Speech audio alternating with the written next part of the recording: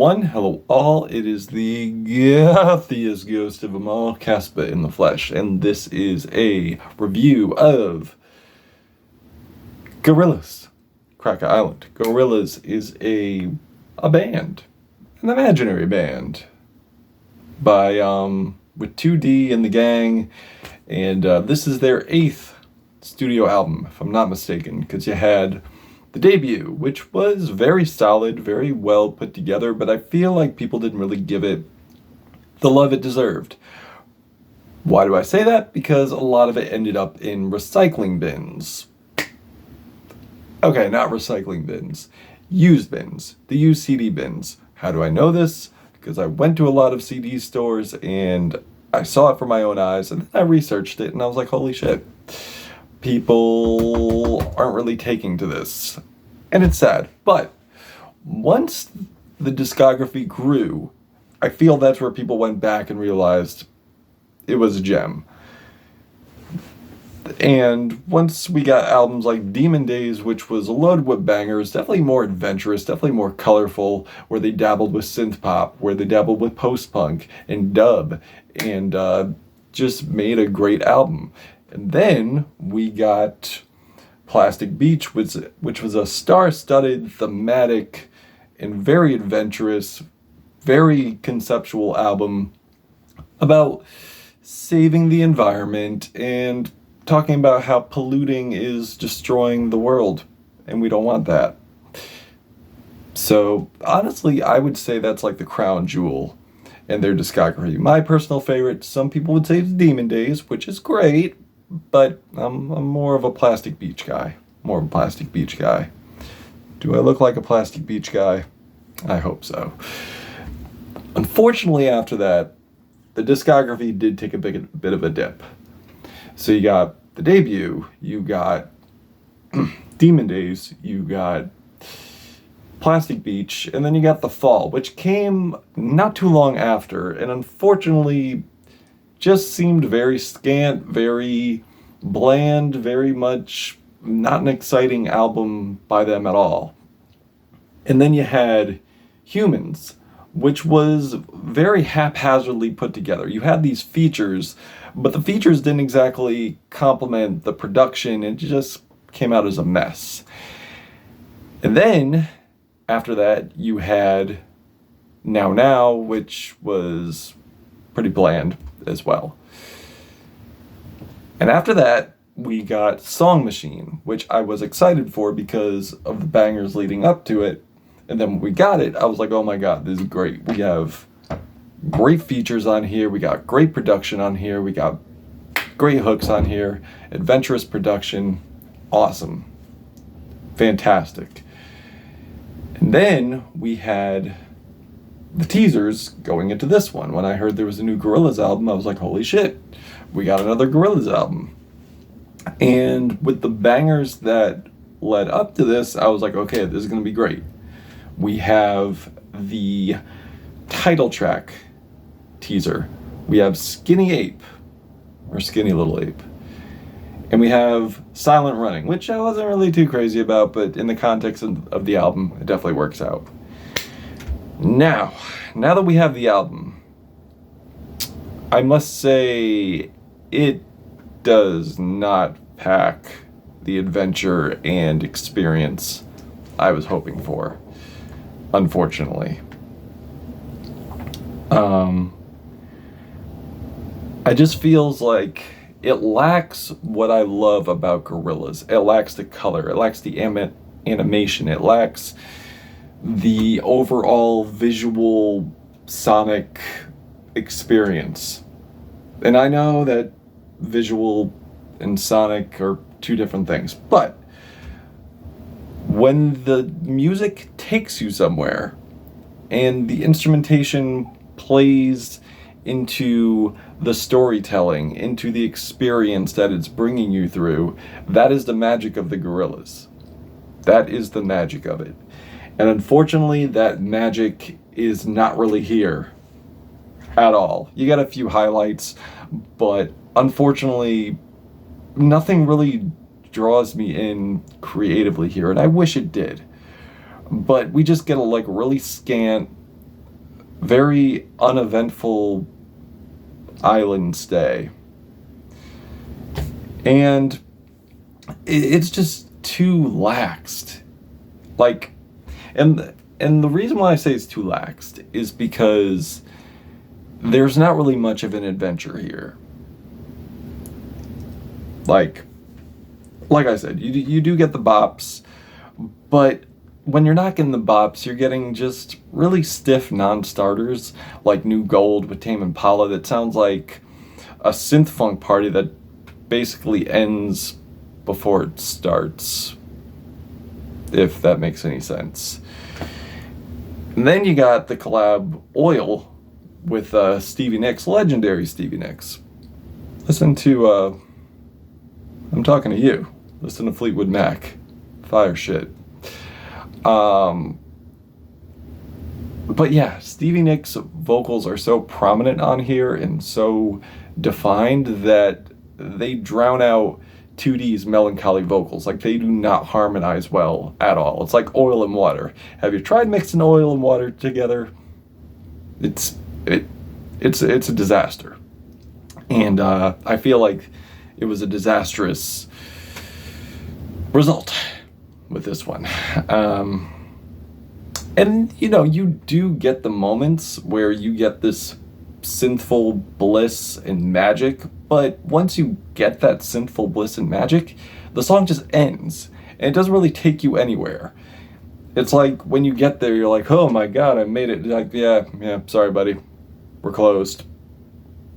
But I was just getting started. No, you stay there, okay? Like, and there's a lot of moments that don't really grab me. Like, Plastic Beach grabbed me. Like, Demon Days grabbed me. And I just don't feel grabbed. And don't grab me in public. But yeah, it's just like a lackluster sequel to Plastic Beach, if I'm being honest. Like, if you're a Gorillaz fan, like a casual Gorillaz fan, and you just want something to throw on in the background, and you don't really care about the thematic experience, you don't care too much about production details or any of that, this might be the Gorillaz album for you, and you could probably just play it in the background while you're just doing whatever.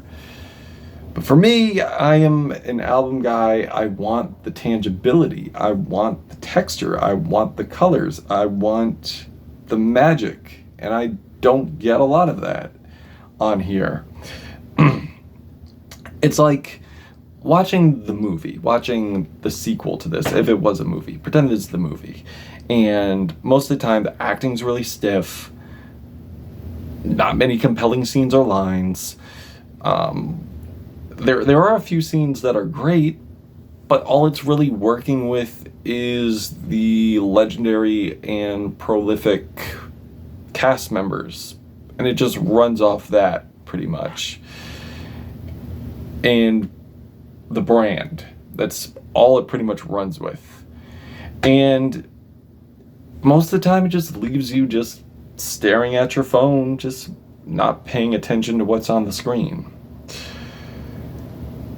And the production, when it's bland, it's bland. It doesn't really pop to me. With the exception of a few tracks. Like the title track, Cracker Island, where they talk about these people who have been victims of propaganda and now they're in a cult and they didn't realize it. So they're pretty much fooled by the bigotry, the propaganda bigotry,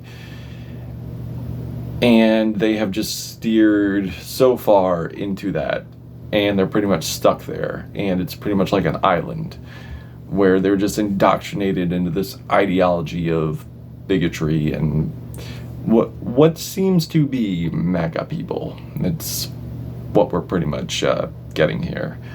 And it's great. The funky bass lines are fantastic. The production is amazing. The glistening synths, like Thundercat, sounds so angelic on here. The harmonies are fantastic. The electro-funk synths are just great. Another song, Silent Running, where probably has some of the most memorable, catchiest hooks and melodies on here. And the passionate vocal appearance from, I'm probably going to pronounce this wrong, Adele Almoteo? Hope I nailed that. Probably not. With these superior, rich, vibrant synth lines that are just so dramatic. And the hook, silent running, run, run, run. Yeah, it's an earworm. It's an earworm of a hook. Fantastic. Great. And I love the background whistling too. I think that's a nice touch. And the Skinny Little Ape song is probably the most lively, like, groovy track on here. Like, it has such a nice build with these plucky acoustic strings, and then you get these analog synths going into this burst of energy with punchy drums, rushes of synths, very bright synths, and these beautiful harmonies just filling the background. Skinny little, skinny little, skinny little ape. Dun, dun, dun, dun. It just makes you want to move. It just makes you want to run in place and be silly. It's what I get from this. The weakest track of them all, though, has to be the one with Beck, unfortunately. And I am a Beck fan. But the forlorn pianos, they do sound pretty. And the vocals don't really have much punch. Like, I feel like they're trying to emote, but they just pretty much sound very much like a snoozer. And they say Beck is on the track, but I don't know where he is on the track. Did he do the production on here? Is he playing any instruments on here? And if so, I hope it's not that bad mariachi horn section that's on here that just sounds ridiculously tacked on. And there are some songs on here that are just straight snoozers, like Tired Influencer, which is a very fitting title because the song just makes me tired as an influencer and just wants to sleep because of how bland and lackluster the production is on this. And the song Tarantula is just pretty much disco wallpaper. The song with Bad Bunny isn't really anything to write home about. And yeah. So overall, I'm feeling a 3 out of 5 on this one. But, you know, that's just my opinion. I truly and honestly wanted the experience, especially if it's a conceptual album. You have a concept, so why not make it an experience? Why not make it thematic? Why not make it just very much as tangible and great as could possibly be? But unfortunately, I didn't get that. But maybe you did. But that's just my opinion. Take it with a grain of salt. So yeah. And if you've given this a listen though, what did you think of it?